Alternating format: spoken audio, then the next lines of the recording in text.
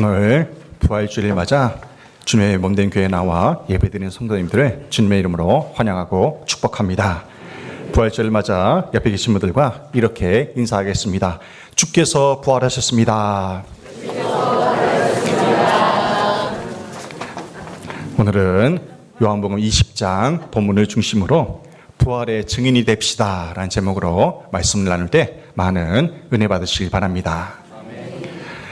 교학교 학생이 주일 예배를 마치고 요나와 큰 물고기라는 그림책을 가슴에 품고 이제 버스를 기다리려고 정류장에 앉아 있었습니다. 근데 옆에 있던 불신자 아저씨가 그 요나와 큰 물고기라는 책 제목을 보고 아이에게 이렇게 물어봅니다.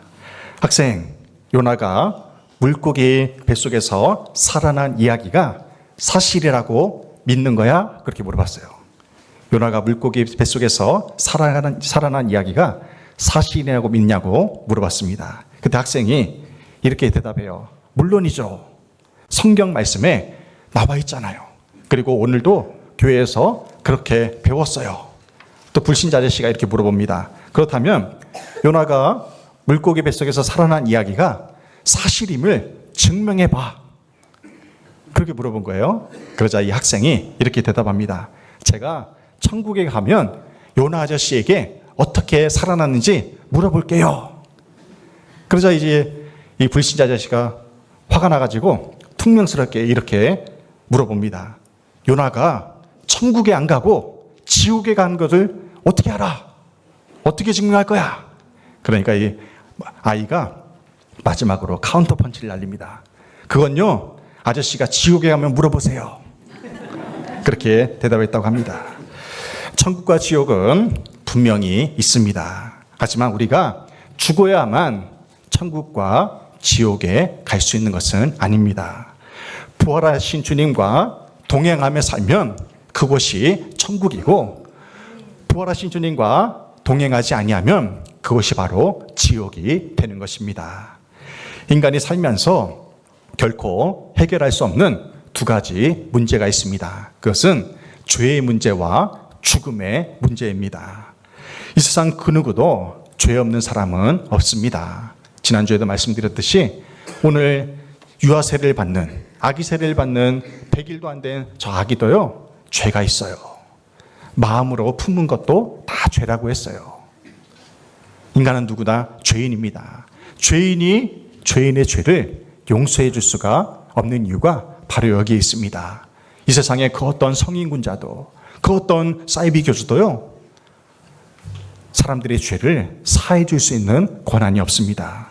오직 한 분, 아무 흠없고 죄가 없으신 예수 그리스도만이 인류의 모든 죄를 짊어지고 십자가에 달려 죽으심으로 우리의 죄의 문제가 해결되었음을 믿으시기 바랍니다. 또한 주님이 십자가에 달려 죽으심으로 우리의 인간의 죄의 문제를 해결한 것으로 끝나버렸다면 인간의 죽음의 문제가 해결될 수가 없습니다. 왜요? 예수님도 죽었잖아요. 그래서 예수님께서는 사망 권세 이기시고 부활하심으로, 다시 살아나심으로 인간의 죽음의 문제를 해결해 주신 것입니다. 그 피를 믿는 자, 그 이름을 믿는 자들은 누구든지 죽음의 문제에서 해방되어서 영생을 얻는 그 놀라운 은혜를 우리에게 허락해 주신 것입니다. 인간의 예수 그리스도께서 사망 권세 이기시고 부활하심으로 인간의 죄의 문제와 죽음의 문제가 해결됐다는 사실에 우리는 언제나 감사하며 살아야 됩니다. 사도 바울은 고린도전서에서 예수님이 부활하셨다는 그 사실을 이렇게 증언하고 있습니다. 고린도전서 15장 3절에서 8절 말씀입니다. 성경대로 그리스도께서 우리 죄를 위하여 죽으시고 장사 지낸 바 되셨다가 성경대로 사흘 만에 다시 살아나사 게바에게 보이시고 후에 12 제자에게와 그 후에 500여 형제에게 일시에 보이셨나니 그 후에 야고보에게 그 후에 모든 사도에게와 내게도 보이셨느니라. 아멘.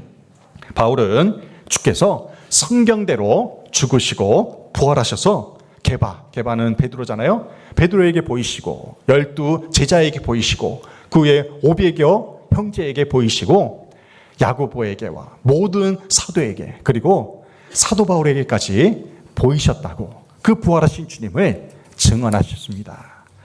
예수님의 부활은 역사적 사실입니다. 예수님의 부활에 대한 역사적인 증거는 다음과 같습니다. 성경에 사복음서가 증언하고 있어요. 마태, 누가, 요한, 마태, 마가, 누가, 요한복음 이 사복음서에 공통적으로 예수 그리스도의 죽으심과 부활하심에 대해서 증거하고 있어요. 또한 부활하신 주님이 사람들에게 나타내 보이셨는데요. 부활하신 주님은 이 땅에서 40일간 거하시면서 12번이나 사람들에게 나타내 보이셨습니다. 그리고 500명이 넘는 사람들이 예수님의 부활을 목격했다고 증거하고 있어요. 또한 유대인 역사학자인 요세푸스의 자기의 역사서에 예수님이 부활하셨음을 분명히 기록하고 있습니다. 그리고 유대인의 지혜서인 탈무드에도 예수님이 부활하신 그 사건이 기록되어 있습니다. 그리고 무엇보다도 2000년 전 예수님을 따랐던 그 제자들이 변화되었어요. 그리고 2000년이 지난 지금까지도 오늘 우리가 예수 그리스도를 믿음으로 말미암아 변화된 삶을 살고 있다는 것, 부활의 증인으로 살고 있다는 것이 예수님이 부활하셨다는 증거가 된다는 것입니다. 성경대로 죽으시고 부활하셔서 우리의 죄의 문제와 죽음의 문제를 해결해 주시고 영원한 생명을 주신 그 하나님께 영광의 박수를 올려드리겠습니다. 하나님 감사합니다. 감사합니다. 성경에서 주님의 증인으로 살았던 인물들 중에 오늘 본문에 등장하는 한 여인을 소개하고자 합니다. 제가 넌센스 퀴즈를 낼게요. 성경에서 딸을 가장 많이 낳은 여인은 누구일까요? 성경에서 딸을 가장 많이 낳은 여인이 누굴까요? 막달라 마리아. 막달라. 네, 이건 넌센스 퀴즈고요. 막달라 마리아는 이 막달라라는 지역의 출신의 마리아라는 뜻입니다. 막달라 지역의 출신. 성경에서는 그래서요, 출신을 앞에 두고 뒤에 이름을 붙여서 사람의 이름을 불러요. 왜냐하면 동일한 이름이 너무도 많기 때문에 그렇습니다. 아리마대 사람 요셉은 어디 출신이겠어요? 그러면 아리마대 지역 출신. 나사렛 예수 그리스도는 어디 출신입니까? 나사렛이라는 가나안 동네 출신. 그래서 지역이 앞에 나오고 이름이 뒤에 나오는 것입니다. 동일한 이름이 많기 때문에 그래요. 게네사렛 평원의 남단에 위치한 저 막달라라는 지역은요, 농업과 어업과 제조, 특히 조선업이, 배를 만드는 업이 발달한 부유한 상업도시였습니다. 로마에 속한 모든 큰 도시들이 그랬듯이 부유한 이 막달라 지역은요, 활락과 타락의 도시였다는 것입니다. 타락의 도시. 그 도시에 살았던 마리아는요, 성경에 나오는 다른 청순한 마리아들과는 달리 본래 7귀신 들렸던 여인이었습니다. 한 귀신도 아니고 7귀신이나 들렸다는 것은요, 이 여인이 도덕적으로, 영적으로 철저히 타락한 창녀였다는 것을 우리에게 증거하는 것입니다. 이렇게 세상에서 천대받았던 막달라 마리아가 예수님을 만남으로 새 생명을 얻게 됩니다. 주님의 은혜로 7귀신이 떠나갔어요. 그리고 창녀의 삶을 버리고 주님의 영광을 위해 살아가는 존재로 변화가 된 것입니다. 주님의 은혜로 새 생명을 얻은 막달라 마리아는 예수님이 가시는 곳마다 항상 따라다녔어요. 주님이 십자가에 못 박혀 십자가에서 고난당하는 그 결정적인 순간에도 마리아는 있었고요. 예수님이 장사 지낸 그 무덤까지도 끝까지 지킨 여인이 이 막달라 마리아였다는 것입니다. 하지만 막달라 마리아는 그렇게 주님이 가시는 곳에, 주님이 장사 지낸 그 무덤에까지 끝까지 함께 있었던 것입니다. 오늘 보면 요한복음 20장 1절 말씀은 이렇게 시작해요. 안식 후 첫날 일찍이 아직 어두울 때에 막달라 마리아가 무덤에 와서 돌이 무덤에서 옮겨진 것을 보고. 아멘. 안식 후 첫날 이른 아침 아직 어두울 때에, 이때가 언제냐면요, 유대인에게서 안식일은 토요일이라고 있어요. 안식 후 첫날이니까 토요일 다음 일요일입니다. 일요일 이른 아침 아직 어두울 때에, 그러니까 일요일 새벽에 막달라 마리아가 무덤에 찾아간 것입니다. 찾아갔는데요, 돌이 굴려져 있는 거예요. 들여다보니까 예수님의 시체가 없는 것을 발견하게 되고 깜짝 놀라게 된 것입니다. 그 새벽에 막달라 마리아가 예수님의 무덤을 찾아간 이유가 무엇입니까? 예수님의 십체에 바를 향료를 그렇게 가져간 거예요. 예수님을 3년 동안이나 따라다니며 가장 가까운 곳에서 말씀을 들었던 제자들은 다 도망가 버렸어요. 다 숨어 있습니다. 하지만 막달라 마리아를 비롯한 예수님의 어머니 마리아와 이모는요, 끝까지 예수님의 곁을 지킨 그러한 믿음의 사람이었다는 것입니다. 막달라 마리아야말로 상황과 형편에 상관없이 주님을 사랑하며 따랐던 진짜 주님의 제자였던 것입니다. 막달라 마리아가 예수님 곁을 지키고 있을 때 그녀에게 어떠한 은혜가 임합니까? 요한복음 20장 18절입니다. 막달라 마리아가 가서 제자들에게 내가 주를 보았다 하고 또 주께서 자기에게 이렇게 말씀하셨다 이르니라. 아멘. 막달라 마리아는요, 부활하신 주님을 처음으로 목격하는 영광을 얻게 됩니다. 그리고요, 부활의 첫 증인이 되는 영광을 얻게 되었습니다. 부활하신 주님을 만난 막달라 마리아는 너무도 감격스러워서요, 그 소식을 한달음에 달려가서 제자들에게 선포합니다. 이렇게 두 가지를 선포하는데요, 첫째는 뭐냐면 내가 주를 보았다. 두 번째는 주께서 자기에게 이렇게 말씀하셨다. 그 두 가지 선언을 합니다. 여기서 내가 주를 보았다 라고 말할 때, 내가 주를 보았다 말할 때 주어가 누구입니까? 내가 주를 보았다. 그때 주어가 누구예요?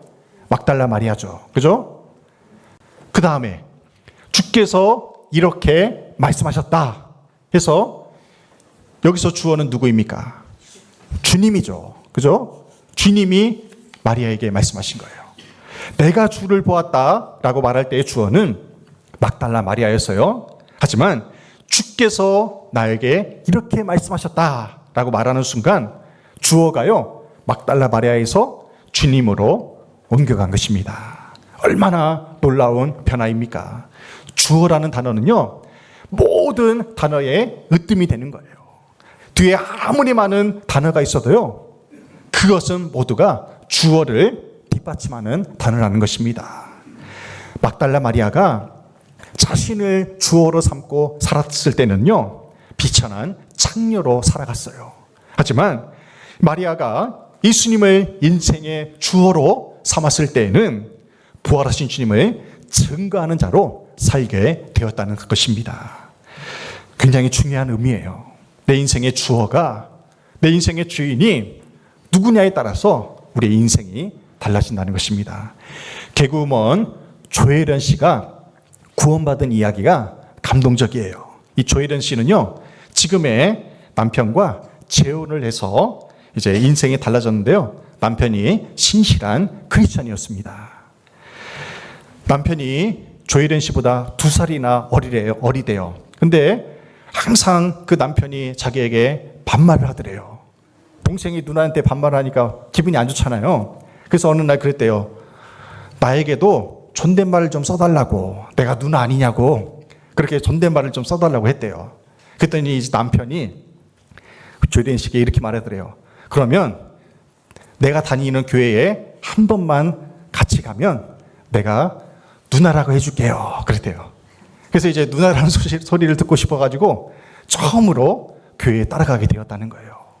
그 교회에 가서 처음으로 불렀던 찬송가가 있는데요, 그 찬송가가 뭐냐면 하나님의 은혜로 찬양입니다. 함께 불러볼까요?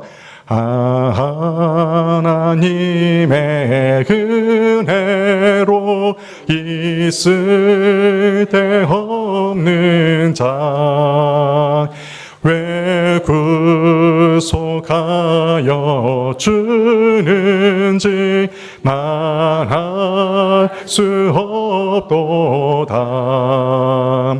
내가 믿고 또 의지하는 내 모든 형편 하시는 주님 늘 보호해 주실 것을 나는 확실히 아네. 할렐루야. 조혜련 씨가요, 이 찬양을 부르는데 눈물이 나더래요. 눈물이. 어느 가사에서 눈물이 난다면요, 내 모든 형편 아시는 주님. 이 부분에서 감동을 받았다는 거예요. 남편과 재혼을 하면서 살면서도 자신은 피폐한 인생을 살았대요. 남에게 말 못할 고민을 안고 그렇게 살고 있었는데 아무도 나를 알아주지 못한다고 생각을 했는데 주님이, 그 하나님께서 자기의 모든 형편을 다 하신다고 생각하니까요, 눈물이 나더래요. 눈물이. 그때부터 이 조혜련 씨가 변화됩니다.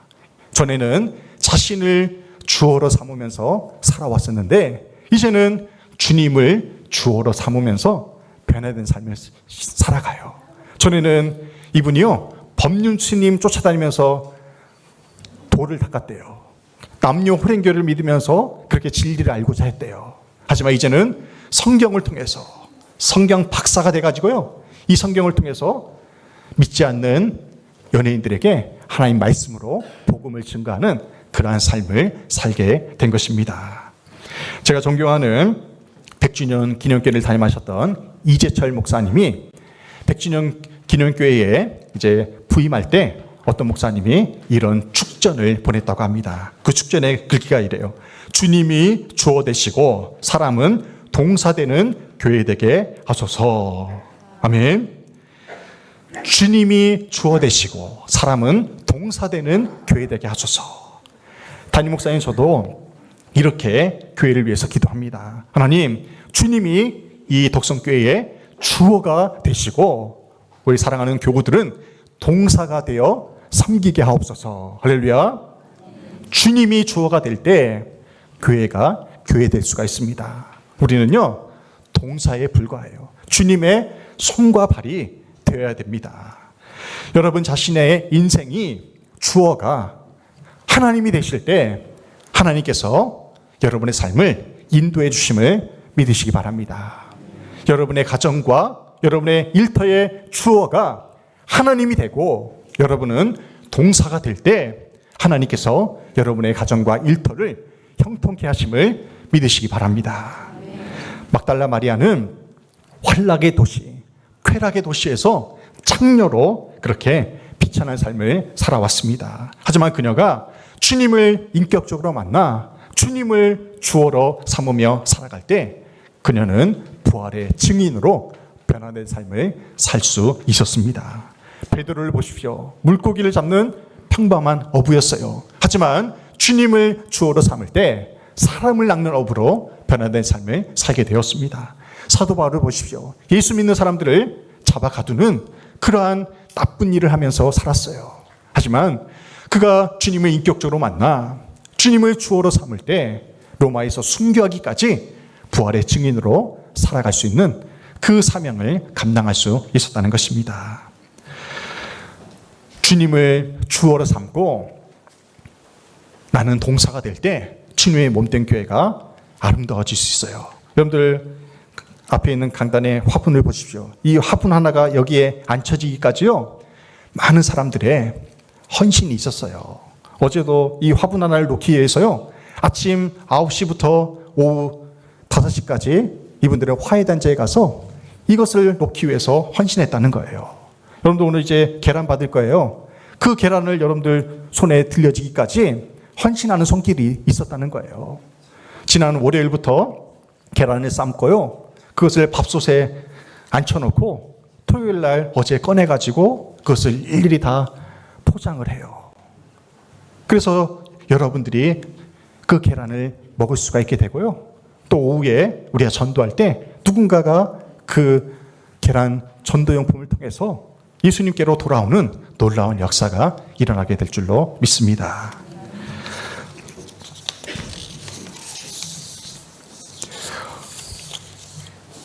오늘 우리가 막달라 마리아가 되어서 그리고 베드로와 바울과 같은 사도가 되어서 세상에 나아가 부활의 기쁜 소식을 증거하기를 간절히 소망합니다. 주님이 내 삶의 주어가 되시고 우리는 주님의 동사가 되어서 부활하신 주님을 세상에 증거하며 살아가는 우리 모두가 되기를 주님의 이름으로 축원합니다. 아멘. 기도하겠습니다.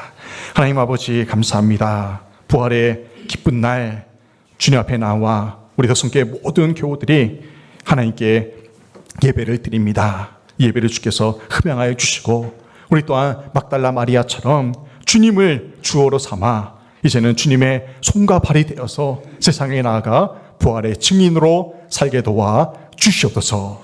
예수님의 이름으로 기도드립니다. 아멘.